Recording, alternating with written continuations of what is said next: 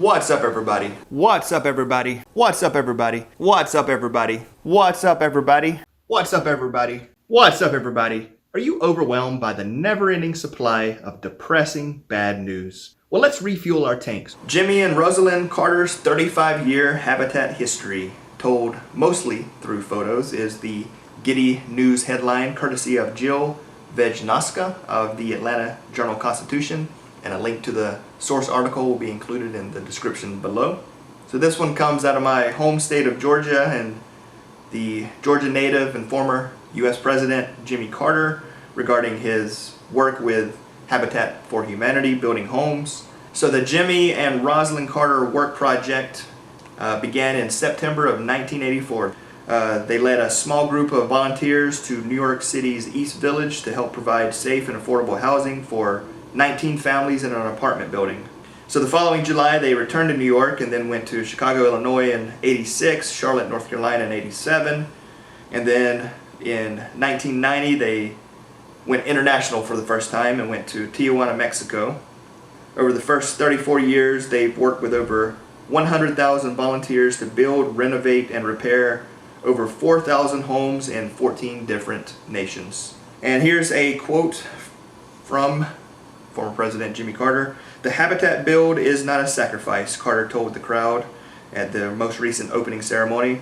"We sometimes get too hot, sometimes get too cold, sometimes work overtime, but every time we've ever been out there as volunteers, whether in this country or around the world, at the end of the Habitat project, we always feel that Rosalind and I got more out of it than we put into it." Thank you, President Carter.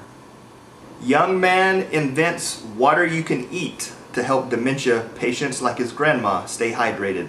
That's the Giddy News headline, courtesy of Elizabeth Nelson at the Alzheimer's Site blog. People with Alzheimer's and other forms of dementia typically suffer from dehydration for a variety of reasons.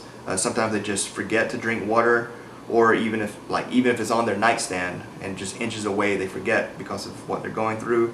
Others are just in a situation where water is not palatable to them, and so they don't feel thirsty, and others even forget how to drink and find it difficult to swallow. And this is the situation that was going on with Louis Hornsby's grandmother, who was suffering from dementia. She wasn't getting enough water to drink.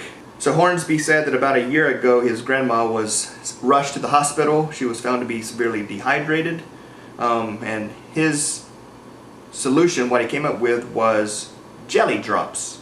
They're brightly colored, bite-sized balls of liquid that are easier to swallow than water, but are basically just as hydrating. They're 90% water with gelling agents and electrolytes that aid in hydration.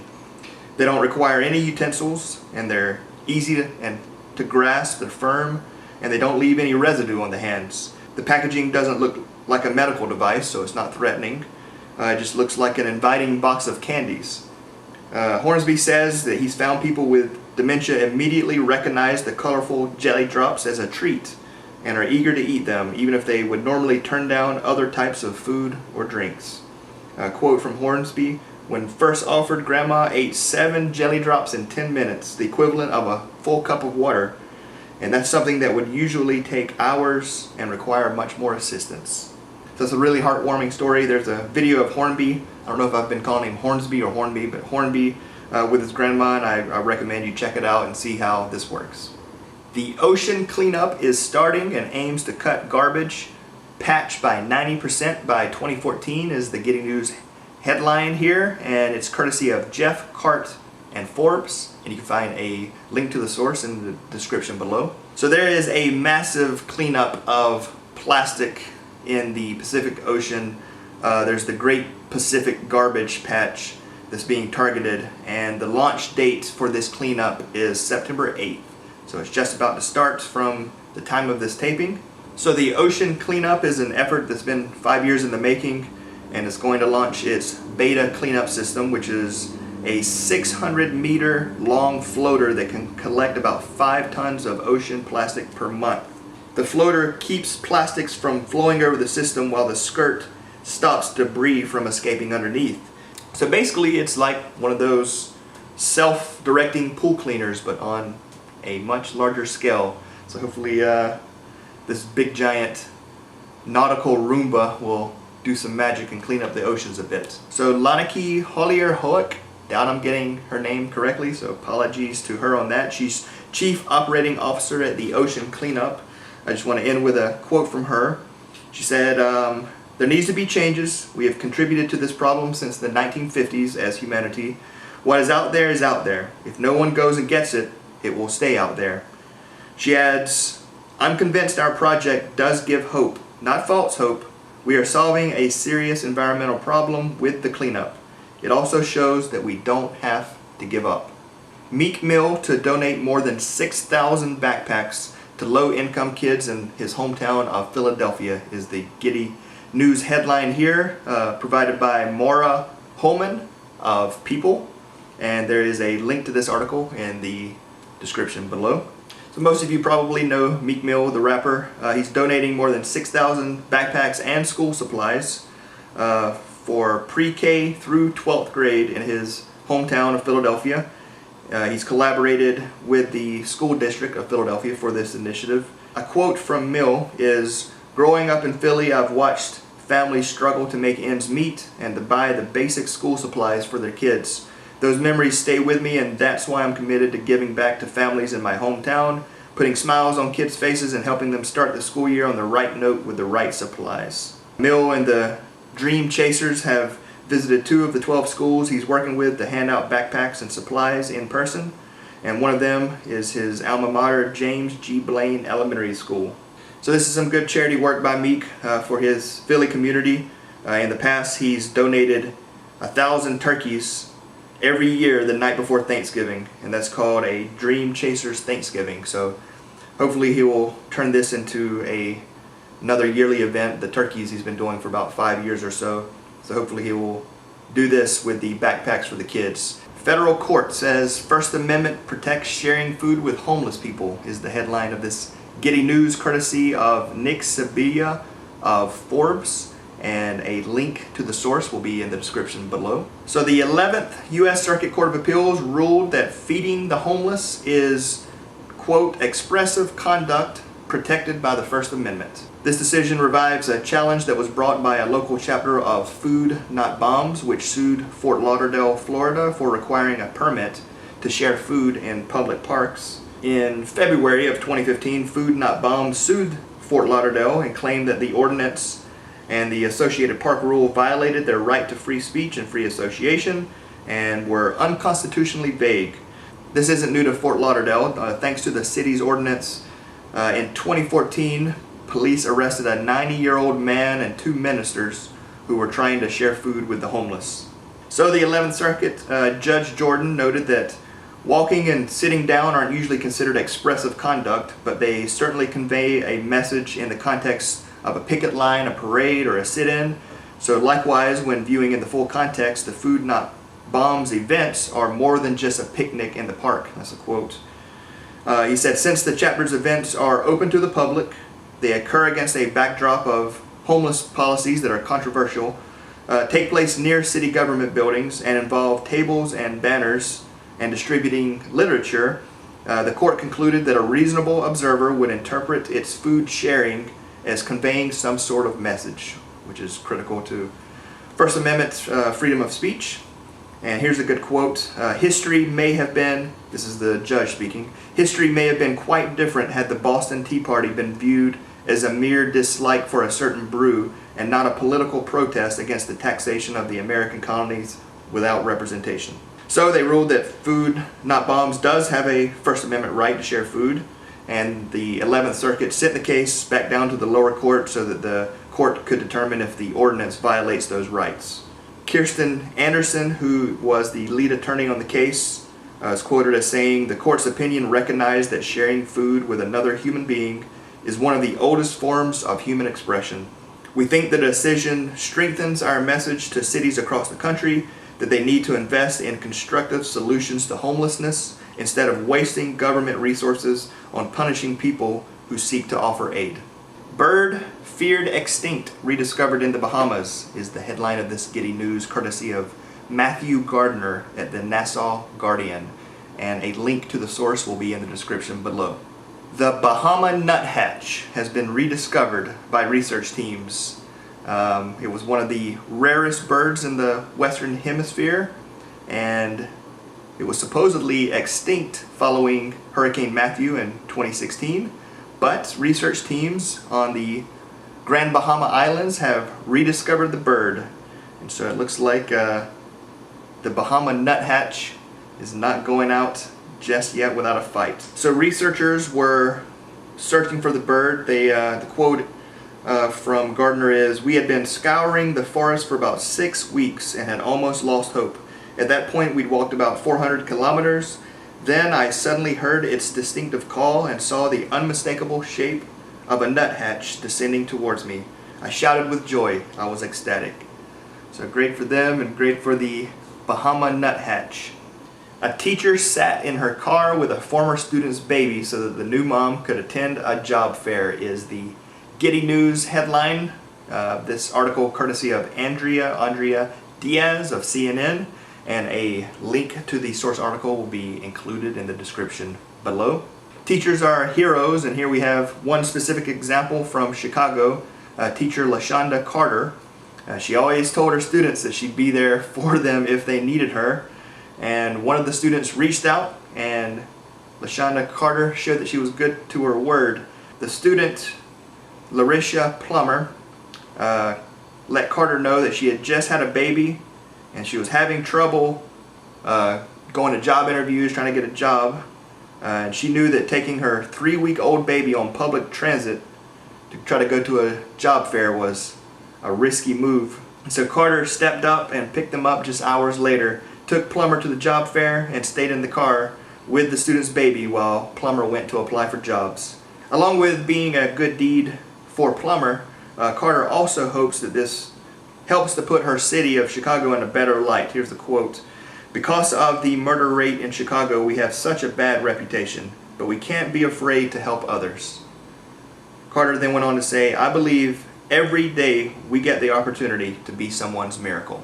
And there is an update on this article. Plummer now has a job and is also planning to attend college this fall. Thank you, LaShonda Carter of Chicago, and all the teachers out there. The shampoo bottle saving babies from pneumonia is the Giddy News headline, courtesy of Amir Rafiq Pirzada and Pauline Mason of the BBC, and a link to the source will be included in the description below. So in 1996, Dr. Mohammed Jabayer Christie was working in a pediatric department at the medical hospital in Bangladesh. It was his first night as an intern, and he said that 3 children died before his eyes. And that evening, over 20 years ago, he made a promise that he would do something to stop children from dying from pneumonia.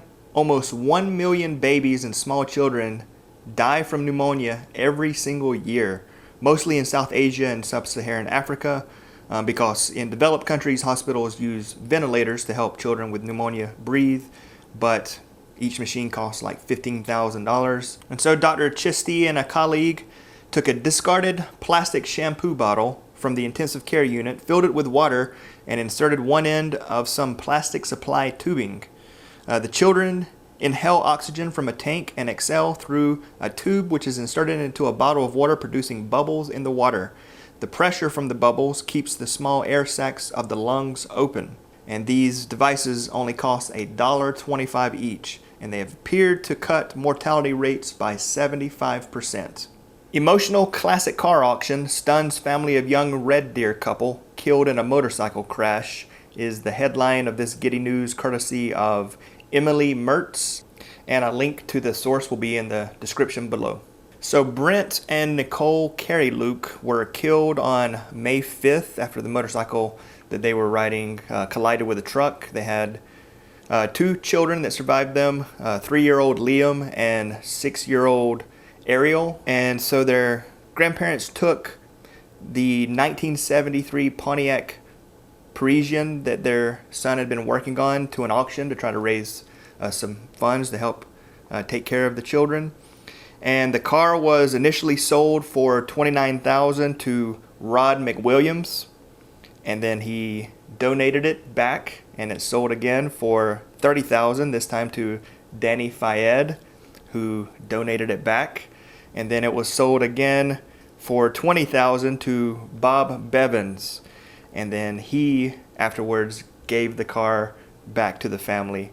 Lindsay Payne, who is the co-owner of the auctions, said, "It was incredible. People were cheering. I was crying. Our auctioneer Rod had a hard time getting through it because he was crying. It was just so emotional. It was unreal. I've never been a part of anything like that before in my life." Ethiopia-Eritrea border reopens 20 years after war and bad blood is the Giddy News headline courtesy of Sasha Ingber of NPR.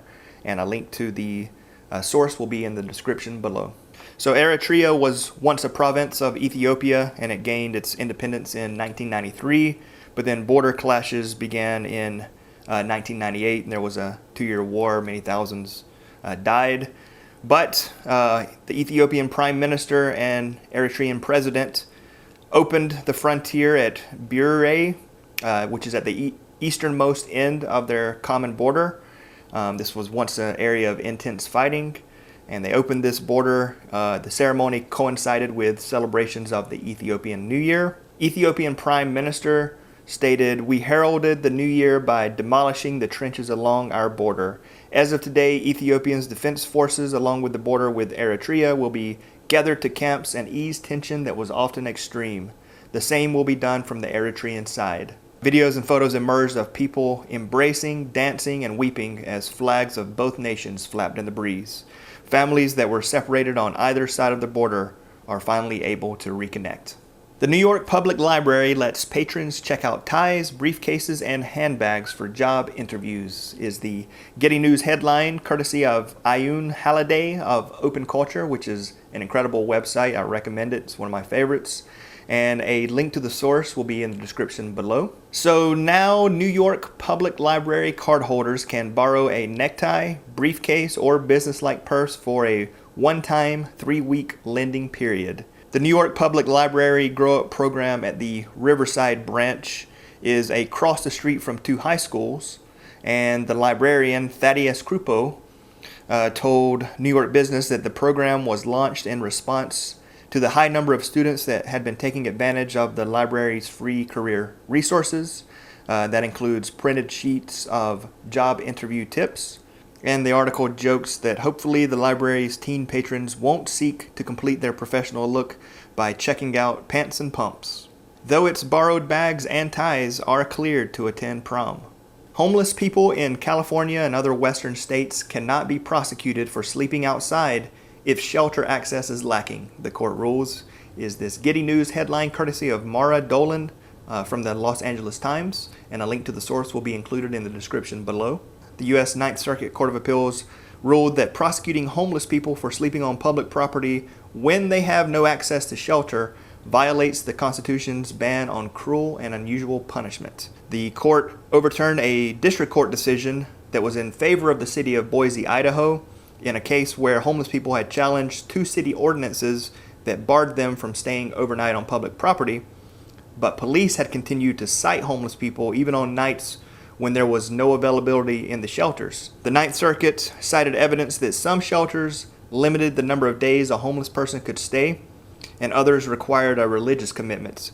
And so Judge Marcia S. Berzin, writing for the court, stated, "A city cannot, via the threat of prosecution, coerce an individual to attend religious-based treatment programs." Continuing, she said, "The 8th Amendment prohibits the imposition of criminal penalties for sitting, sleeping, or lying outside on public property for homeless individuals who cannot obtain shelter." So this is a narrow holding because it does not require a city to allow anyone on public property at any time or mandate that cities provide adequate shelter. Instead, the court stated, as long as there is no option of sleeping indoors, the government cannot criminalize indigent, homeless people for sleeping outdoors on public property on the false premise that they had a choice in the matter. Toronto couple's wedding vows included gift of new life to refugee family, is the Giddy News headline, courtesy of Nicholas Kung of The Star, and a link to the article will be included in the description below. So Natasha Carew and Sean Ritchie got married, and they chose to forego wedding gifts and instead encouraged their guests to help raise $26,000 to sponsor a refugee family and give them a new life in Canada. The couple formed a core volunteer group of 8 people that also included Carew's mother, co-workers, and friends. And then they were matched with a Sudanese family who had been stuck in limbo in Jordan for almost 5 years. Mohammed El Noor, his wife Asgad Ali, and their 2 daughters, Rafa and Ruba, aged 9 and 5, arrived in Toronto from Amman on June 4th, just 3 months after they were matched with Carew's group. Carew, who is a lawyer, stated, "We could have been the ones sitting in a refugee camp looking to get an opportunity for a new life from somebody. What's most rewarding is seeing the family's 2 girls getting the opportunity that we are afforded here in Canada." Intensive care nurse finds out new colleague is baby she treated 28 years ago in the Giddy News headline, courtesy of Faima Bakar of Metro UK, and a link to the source will be included in the description below. So 54-year-old intensive care nurse Vilma Wong was shocked to learn that the new doctor, Brandon Seminator, was in fact a baby that she nursed when he was born. Vilma took care of Brandon when he was delivered prematurely at 26 weeks. When she saw the young doctor's name, she instantly recognized it but could not place it where she'd seen it before. And then when Brandon revealed that they both worked at the hospital that he was born in, she knew who he was. "I got very suspicious because I remember being the primary nurse to a baby with the same last name," Vilma explained. "I asked him if his dad was a police officer, and there was a big silence, and then he asked me if I was Vilma, and I said yes." Brandon, who is specializing in child neurology, had a picture of the 2 that was taken during his early days, and you can see that at the article. And Brandon was quoted as saying, "I've come full circle, and I'm taking care of babies with the nurse who took care of me. Not all of us will get the chance to see our patients grow up, and I was so happy to be able to share that moment with her." Bethesda helps 12-year-old boy with rare cancer fulfill his wish of playing Fallout 76, is the Giddy News headline courtesy of Wesley Yen Poole of Eurogamer. So Wes from Virginia has battled stage 4 neuroblastoma for half his life after being diagnosed at just 5 years of age. After doctors told his family that they thought it best to stop his treatment, the child realized he probably wouldn't get to play Fallout 76, due out in November. Bethesda Game Studios, which opens its doors to terminally ill children who wish to see their favorite games that are made, they usually have kids travel to them, but in Wes's case, he was too ill to travel, so the studio traveled to Wes. Matt Grandstaff, assistant director at Bethesda, drove 4 hours from the company's headquarters to the family home with not just a copy of the game, but a prototype of the Power Armor helmet that's due to come with the Power Armor edition of the game. And Wes has a GoFundMe page where his parents are raising money to pay for living expenses and the costs associated with travel, and I'll include a link to that in the description below.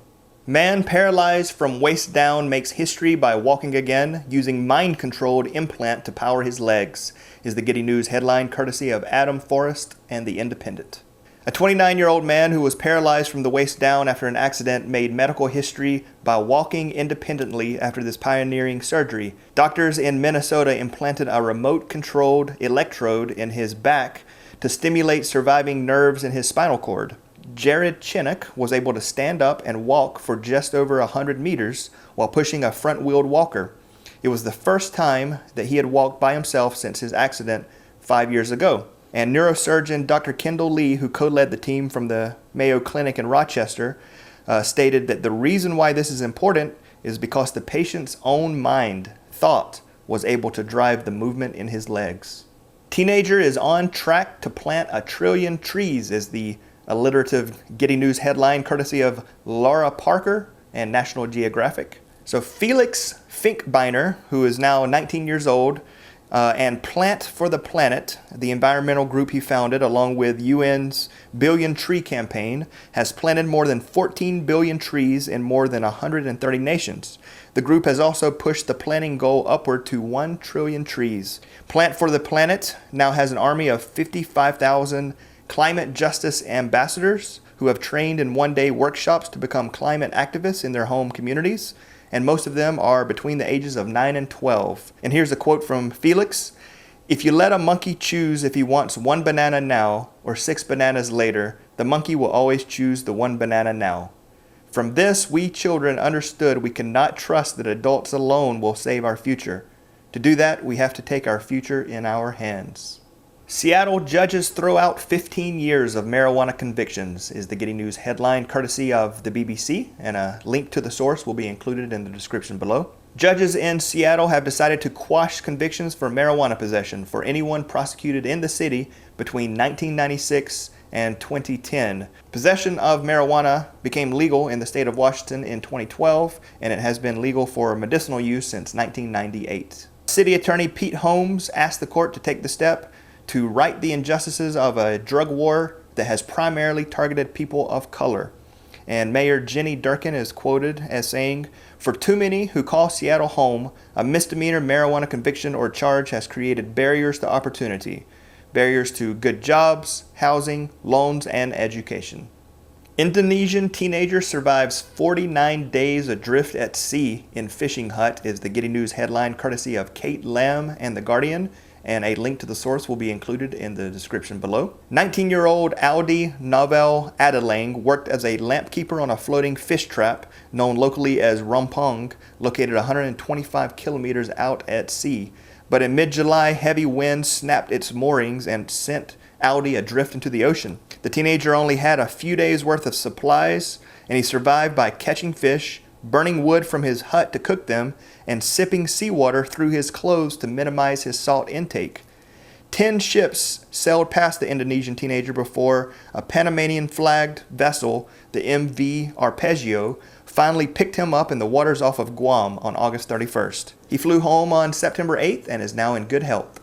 New Tokyo cafe to be staffed by robot waiters, controlled remotely by the disabled, is the Giddy News headline courtesy of the South China Morning Post, and a link to the source will be included in the description below. The new cafe will deploy Orihime-D robots controlled by disabled people with conditions such as lateral sclerosis, which is a form of motor neuron disease. The robot waiters, which are 1.2 meters tall and weigh 20 kilograms, will send video and audio via the internet and allow their controllers to direct them from home on their tablets or computers. Kentaro Yoshifuji, who is Chief Executive Officer of Ori Lab, the developers of the robot, quoted as saying, "I wanted to create a world in which people who can't move their bodies can work as well. And these robots can also be used remotely in classrooms by students who cannot attend school due to illness or other reasons." Nepal doubles its tiger population, raising hope for a global recovery of endangered big cats, is the Giddy News headline courtesy of Josh Gabatis of The Independent, and a link to the source will be included in the description below. So officials have announced that Nepal now has an estimated 235 wild tigers, which is almost double from 2009, 9 years ago, when it had 121 wild tigers. And here's a quote from Bishwa Nath Ali, Secretary of the Ministry of Forests and Environment in Nepal. "Protecting tigers is a top priority of the government, and we are thankful for the able support of our partners, enforcement agencies, local communities, and the international community for a common purpose." Conservationists hope that the effective policing of national parks and anti-poaching in Nepal will set an example to other nations. Chicago man makes 500th blood donation is the Giddy News headline courtesy of Elvia Malagan of the Chicago Tribune, and a link to the source will be included in the description below. Richard Packman first donated blood after a family at his church organized a drive because their child had been diagnosed with cancer. And now 2 decades later, and after more than 1,000 hours, he has made his 500th blood donation. He sits in for nearly 2 hours because he donates platelets. The platelet donations are most commonly used for cancer patients who lose platelets if they are undergoing chemotherapy. And it takes longer than a regular blood donation, but Packman says, "I really enjoy being a platelets donor because you really know you're saving lives." And he ended with, quote, "Just remember one thing, it's better to give than to receive." Golden Retriever, who is quadruple amputee, named 2018 American Hero Dog, is the Giddy News headline, courtesy of WFLA KPNX of Phoenix, and a link to the source will be included in the description below. The American Humane Society has named a 4-year-old quadruple amputee golden retriever named Chi-Chi as its 2018 American Hero Dog. Chi-Chi was abused, thrown in the trash with her legs bound, and left for dead Thankfully, she was rescued and then made a recovery after beating out cancer. Now, Chi-Chi lives as a therapy dog, connecting especially with those who have something in common with her, amputees.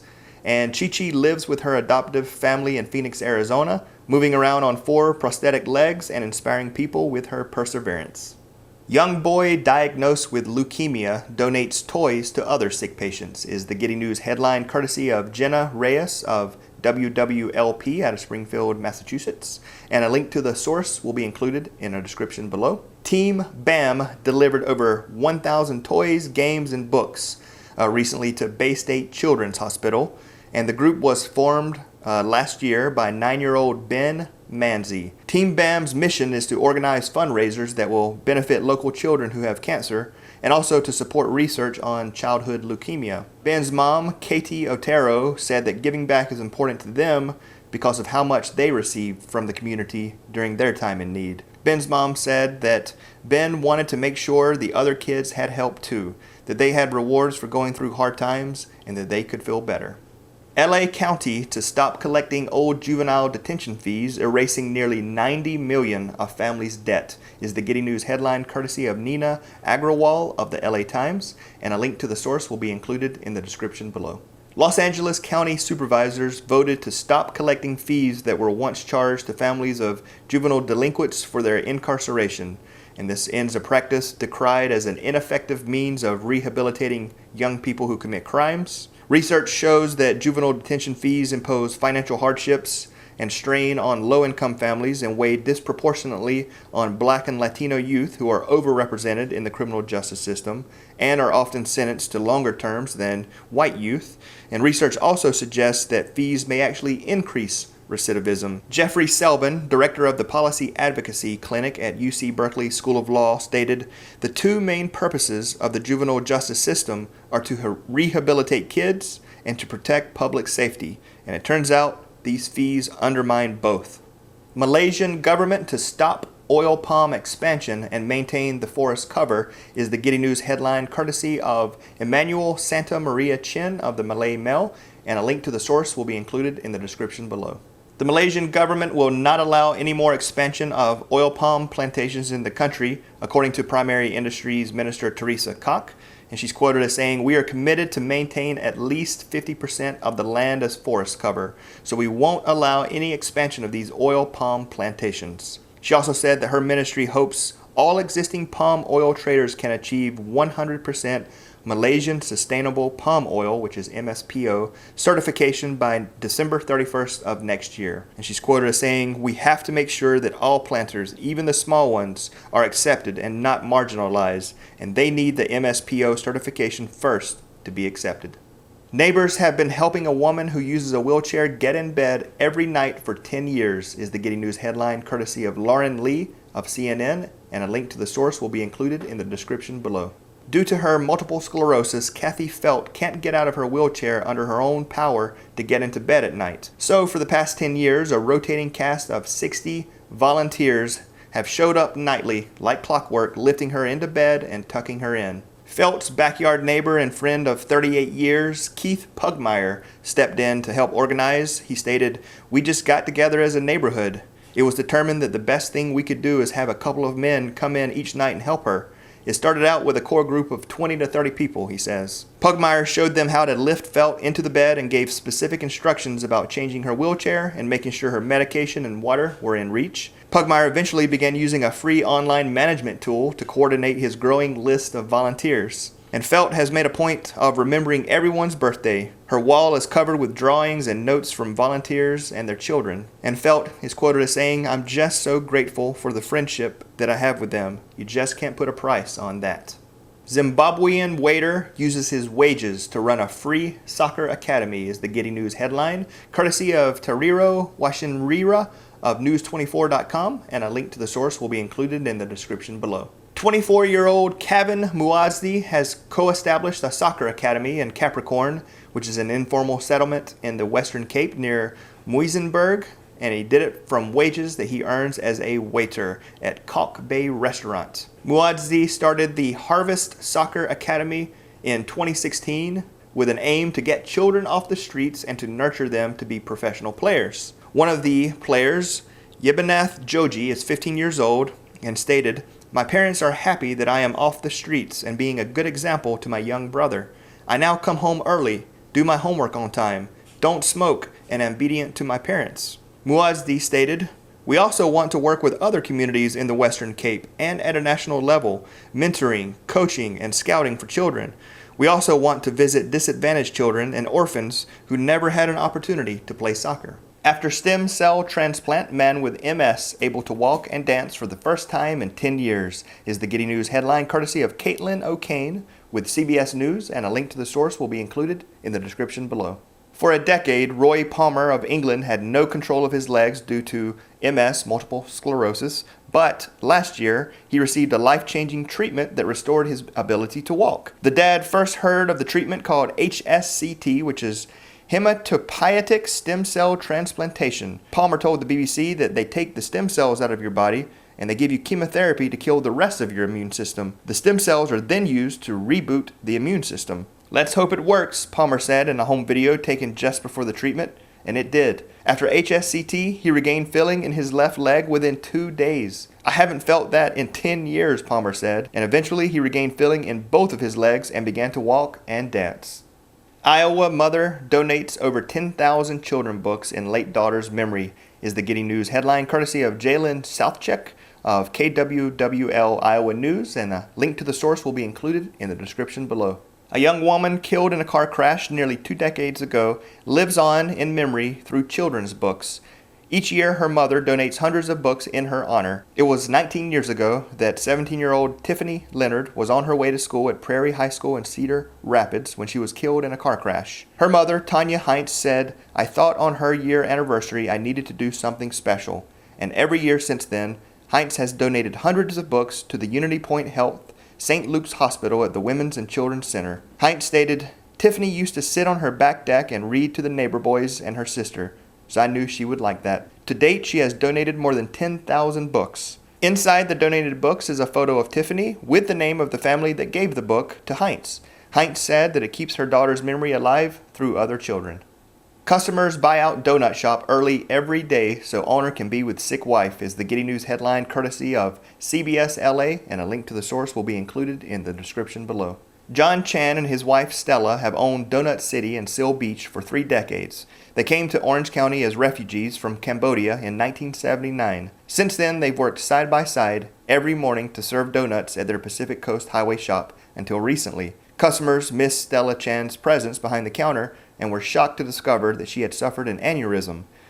She was alive but weak and in rehab, and John Chan rushes home every day to be with her as soon as the shop sells out of donuts. Customers have endeavored to help Donut City sell out early every day so that John can return to the rehabilitation center where she is recovering. The shop's customers spread the word on newsletters and by word of mouth and have asked everyone buying donuts to buy a dozen at a time. One unidentified customer said, "We need more people like that to just help everybody out in whatever need that they have." A life-saving match. Longtime friend donates kidney to Wellington man is the Giddy News headline courtesy of Luli Ortiz with CBS 12, and a link to the source will be included in the description below. A man in desperate need of a new kidney was surprised to learn that his lifetime family friend was a perfect match. Ron Burr and Carissa Gonzalez spent holidays and birthdays together for years. Burr was born with a neurological disorder, but he kept the health secret from Gonzalez, and she discovered a plea for help on his mother's Facebook page earlier this year. "I had no clue he was even struggling since a kid," Gonzalez said. "He never showed it in my eyes. I just enjoyed being around him and playing with him." Burr found out that he had kidney failure at age 10 and had been suffering with the agony of dialysis and no living donor on the radar until Gonzalez stepped in. And on October 15th, Gonzalez gave Burr the gift of life at Jackson Memorial Hospital in Miami. And she stated, "It's important to show the community that there's still good in the world. There are still people who care. It doesn't take much to be that person, so don't hold yourself back." Ethiopia elects its first female president. Former United Nations Representative Saleh Work Zawidi is the Giddy News headline courtesy of John Walsh from the Business Insider, and a link to the source will be included in the description below. Zawidi was unanimously elected to be Ethiopia's first female president. She had served as the UN Special Representative to the African Union since June, and she was also the first Director General of the UN office in Nairobi. The Prime Minister's Chief of Staff expressed the Prime Minister's support with the following quote: "In a patriarchal society such as ours, the appointment of a female head of state not only sets the standard for the future, but also normalizes women as decision makers in public life." 2 unborn babies' spines repaired in the womb in UK surgery first is the Giddy News headline, courtesy of the BBC, and a link to the source will be included in the description below. 2 unborn babies have had their spines repaired by surgeons weeks before they were born. The babies had spina bifida, which is a condition where the spinal cord fails to develop properly and has a gap in it. It is usually treated after birth, but the earlier it is repaired, the better for long-term health and mobility. The operations, which are the first ever of their kind in the UK, were carried out by a team of 30 doctors at University College Hospital in London, and doctors cut an opening in the womb and then stitched together the baby's gap in their spine. The procedure is risky and can cause premature labor, but researchers are exploring less invasive keyhole methods, and the hospital stated that the moms and babies are recovering well. Southampton bookshop enlists human chain to move to new store is the Giddy News headline, courtesy of Kevin Rawlinson of The Guardian, and a link to the source will be included in the description below. About 250 people formed a human chain to help a community bookstore in Southampton move to a new store after a rent increase had left them unable to afford their old premises. Volunteers gathered to carry the books 150 meters to the new location, and Claire Diaper, who works at the bookshop, which had been based at the previous premises for 15 years, stated, "It was a tremendous show of support and community, and we're moved and incredibly touched by it." One member who took part in the human chain told the Southern Daily Echo, "It's amazing, the power of community coming together and achieving something like this." Woman 81 meets 103-year-old mother after 60-year search is the Giddy News headline, courtesy of RTE Ireland, and a link to the source will be included in the description below. Eileen Mackin, an 81-year-old Irish woman, grew up in an orphanage and had never met her birth mother. But then earlier this year, Ms. Mackin said that with the help of a genealogist, she had managed to find her mother, who was 103 years old and living in Scotland. So Ms. Mackin traveled to Scotland with her husband George, along with her daughter and son-in-law, to meet her mother, Elizabeth. Ms. Mackin said that she was thrilled upon meeting her mother, and that her mother never let go of her hand. She also said, "I don't think I'll ever come down out of this cloud." Germany is opening its first electric highway for trucks is the Giddy News headline, courtesy of Ivana Kodasova with CNN Business, and a link to the source will be included in the description below. A system that allows trucks to draw electric power from overhead cables went into operation on 10 kilometers of the Autobahn. The system allows big rigs with special equipment mounted on their roofs to connect to electrified lines while traveling at speeds of up to 90 kilometers per hour, which is approximately 56 miles per hour. The trucks run on electric motors when connected to the overhead lines and a hybrid system when they return to a traditional road. Sensors detect when the overhead wires are available. It's a practical way to reduce emissions and energy consumption in places where railways aren't feasible. Tests and demonstrations of the e-highway technology have also been conducted on a smaller scale in Sweden and near the U.S. ports of Los Angeles and Long Beach.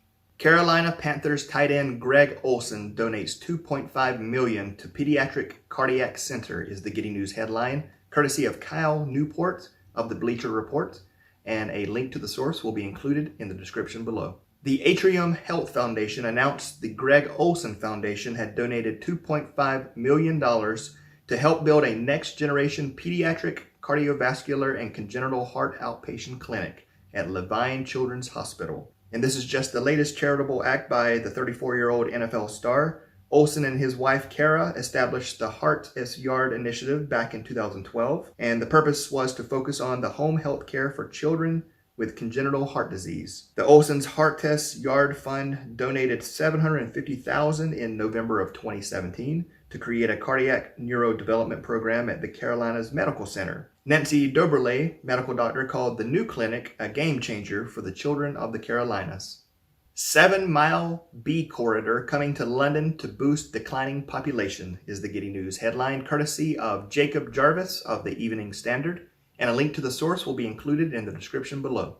A 7-mile bee corridor of vibrant wildflowers is being planted to encourage the insects population in London. The pathway for bees will be formed of 22 meadows sown through parks and green spaces in the northwest of the capital. Worldwide, bee numbers have been on the decline in recent years, and scientists blame a range of factors including insecticides, parasites, disease, climate change, and lack of a diverse food supply. Bees are critical pollinators, and food making up about a third of the human diet is from plants that are pollinated by insects. Counselor Krupa Sheth said, "Bees and other insects are so important for pollinating the crops that provide the food that we eat.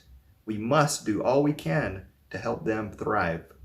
Blood test detects onset of Alzheimer's a decade early is the Giddy News headline courtesy of Alyssa Sauer, and a link to the source will be included in the description below. The latest blood test to detect Alzheimer's may be able to predict the disease 10 years before symptoms occur and with 100% accuracy. Researchers from the National Institute on Aging are focusing on a protein in the brain called IRS1, and it may signal the earliest stages of Alzheimer's. IRS1 plays a critical role in insulin signaling in the brain, and it's commonly defective in people with the disease. The blood test is still in the early stages of development and will require a larger and longer study before it can be used to detect Alzheimer's. The lead author of the study and neuroscientist at the National Institute on Aging, Demetrius Kapagiannis, says, "We will need replication and validation, but I'm very optimistic this work will hold." 74-year-old Japanese farmer stocks vending machine daily with homemade curry rice for hungry travelers is the Giddy News headline courtesy of Big Nico with Great Japan, and a link to the source will be included in the description below. A lone vending machine located off a highway in Awa City is warming the hearts of travelers. Tadashi Yoshimoto, a 74-year-old farmer, stocks his very own vending machine with rice that he grows just down the road. Yoshimoto refills the vending machine twice daily with his carefully prepared rice and a package of curry to provide homemade meals for truckers and anyone else who feels hungry. Yoshimoto has been running his farm to vending machine operation for 40 years, and he has no intention of hanging it up anytime soon, saying, "As long as my body and my vending machine works, I will continue to do this." Thanks to women, India is on its way to beat all voting records is the Giddy News headline courtesy of Sangeeta Tanwar of Quartz Online, and a link to the source will be included in the description below.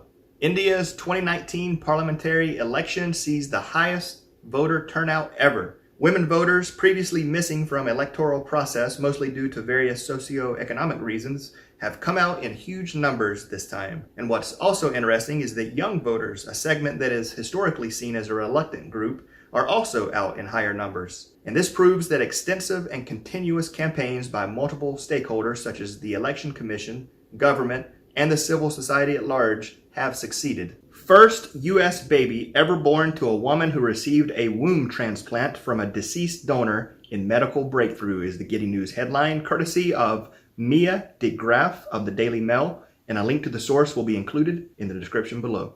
The first U.S. baby to be carried to term in a womb from a deceased donor has been delivered at the Cleveland Clinic in Ohio. The mother is part of a research trial at the hospital, including 10 women in their 20s and 30s who were born without a uterus, rendering them infertile. About 1 in 500 women of childbearing age globally are infertile due to uterine complications. The concept of a uterus transplant was first mulled in the early 1900s when German surgeons tried to perform the operation on a transgender patient but without success. The first successful one was achieved 5 years ago in Sweden. Uma Perny, MD at the Cleveland Clinic and maternal fetal medicine specialist, said, "Everything went wonderfully with the delivery. The mother and baby girl are doing great." Emotional pen pals 81 reveal joy at writing letters to each other for 70 years is the Giddy News headline, courtesy of the Starts at 60 writers, and a link to the source will be included in the description below. In an ever-evolving digital world, it seems the art of letter writing is quickly disappearing. However, two pen pals are keen to show the younger generation the joys of writing and receiving handwritten letters. Adelaide's Jen Wiscombe has been writing letters to Jan Rummer in Perth for 70 years, ever since they were just 11 years old. Now the pair have opened up on their unique friendship, revealing they are now both 81 years old and have shared every treasured moment of their lives together. Jan said, 1949 was when we started to write, and to celebrate our 70 years of writing together, she sent this beautiful necklace. Jean teared up as she read back an old letter from Jan.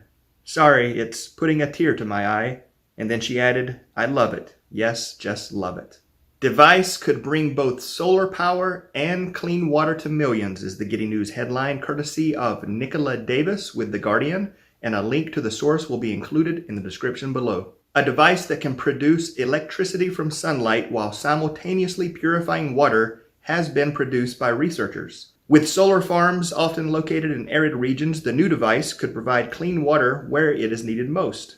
On the top is a horizontal commercial silicon solar cell, and beneath this are several tiers through which saline, brackish, or contaminated surface water is run. Waste heat from the solar cell warms the saline water, passing immediately beneath it. The water evaporates, passes through a membrane, and condenses to yield clean water, releasing heat in the process that warms the saline water in the tier below that. Peng Wang, a co-author of the research from King Abdullah University of Science and Technology in Saudi Arabia, said, "It is our hope that we move quickly to push this technology towards its large-scale adoption." Volunteers use app to provide a helpful pair of eyes to those who are blind is the Giddy News headline, courtesy of Reed Pointer at CBC News, and a link to the source will be included in the description below. Reed Pointer of Langley, British Columbia, is completely blind and sometimes needs help finding his keys or completing small tasks. So he started using Be My Eyes, an app where volunteers from around the world help the blind complete tasks. The app facilitates a live video call that allows helpers to look through the phone and guide the blind person to what they can't see. Pointer has received help ranging from locating his lost cane, reaching a building's entrance from within a huge parking lot, and sorting and labeling seed packets for his garden. For the latter, the helper was a lady who answered the call from Toronto. She was sitting in her cement truck waiting for something to happen at the job site. She had a little downtime, so she took the call and helped.